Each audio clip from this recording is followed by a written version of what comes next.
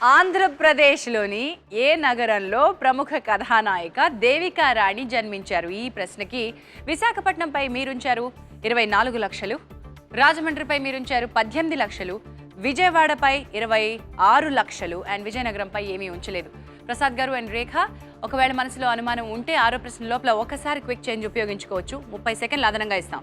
క్విక్గా చెప్పండి, yes or no. Quick change కావాలా లేదా? విజయనగరం. నో డిస్కషన్ అండి, క్విక్గా చెప్పాలి.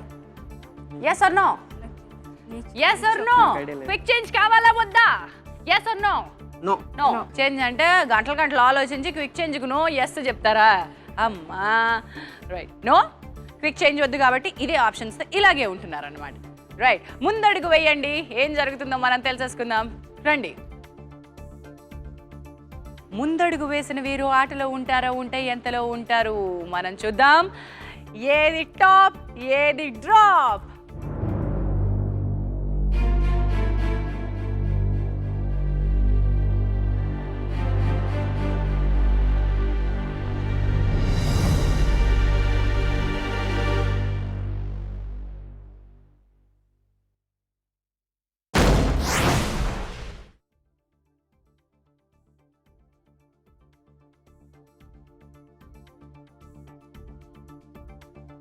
ఆ, 18 లక్షలు, 26 లక్షలు. చాలా భారీ అమౌంట్ వదిలేశారు మీరు రాజమండ్రి అండ్ విజయవాడపై పెట్టి. మీ మనసు ఊగిసలాడిన విజయనగరం, విశాఖపట్నం మధ్యలో ఈ ఆట ఉంది. మీరు ఆటలో ఉంటారా, బయటికి వెళ్ళిపోతారా? ఏది టాప్, ఏది డ్రాప్?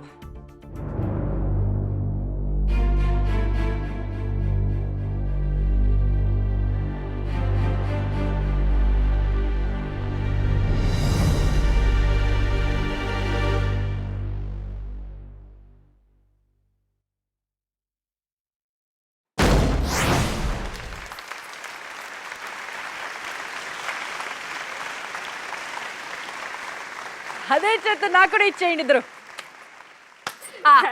ఆటలో ఉన్నారు.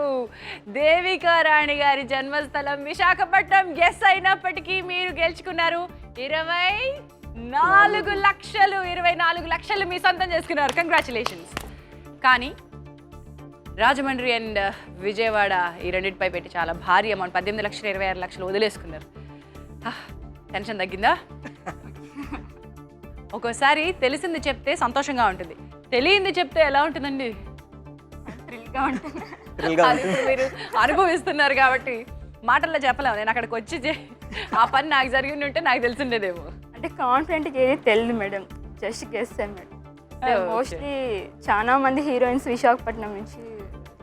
ఓ, అలా అనుకుని వచ్చారా?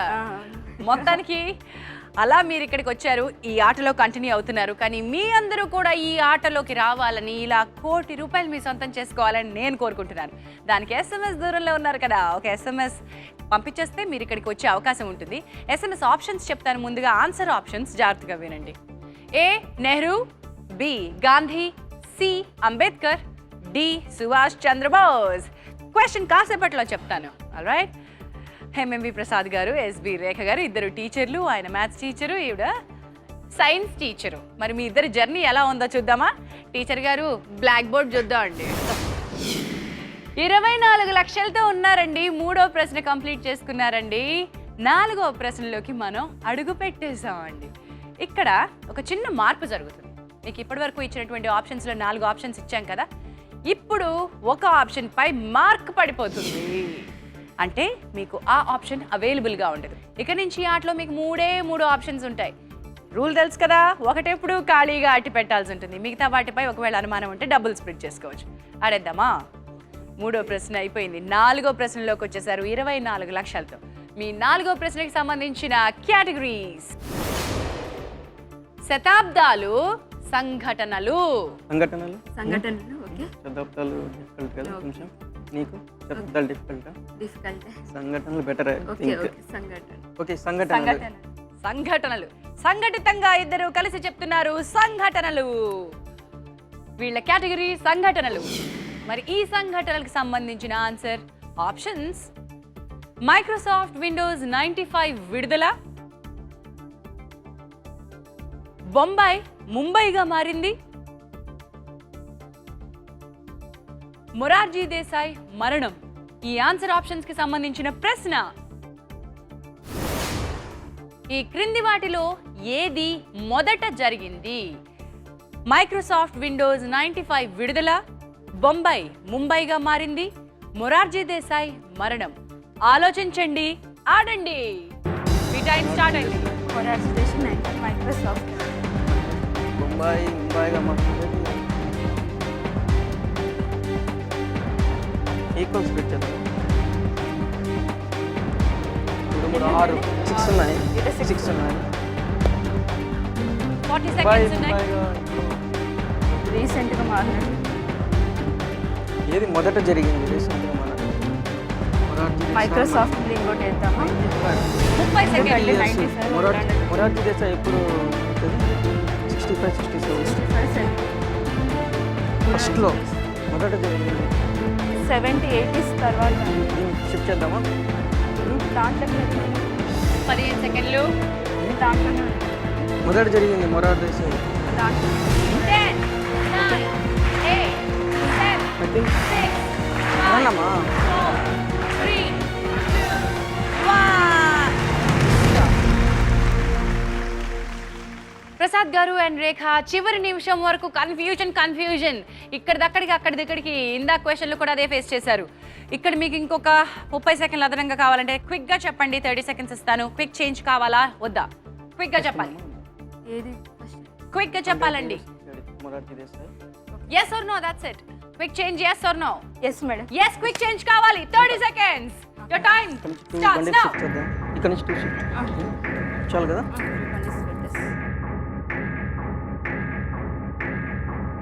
తను రెడీ టైం ఉంది 20 సెకండ్లు ఇంకా. చూడండి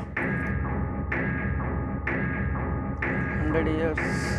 మొరార్జీ దేశాయ్.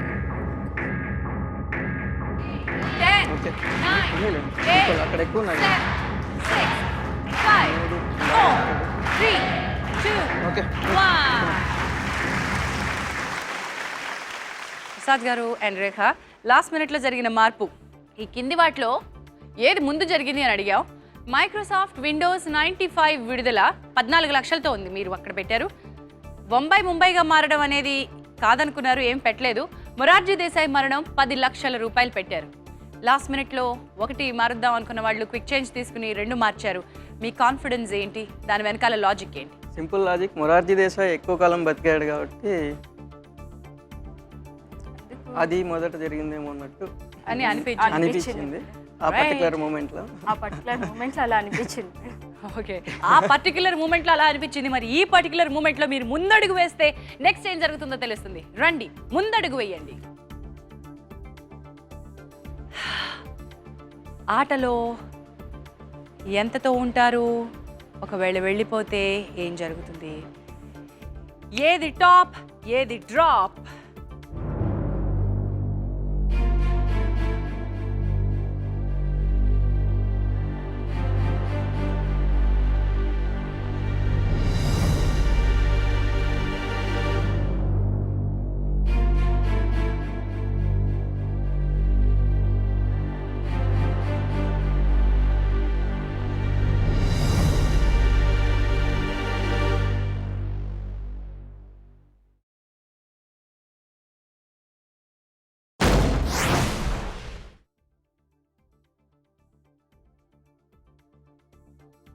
రేఖ ఏం జరుగుతుందని వెయిట్ చేస్తున్నారు.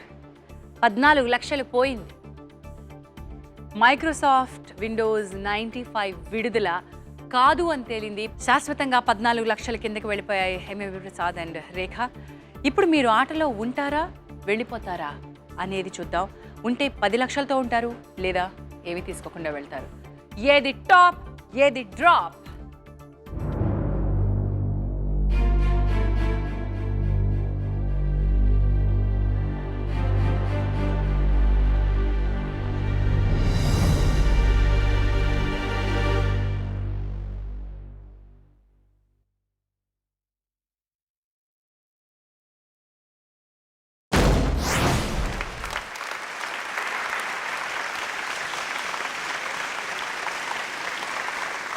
నమ్మలేని నిజంలా ఉంది ఇది.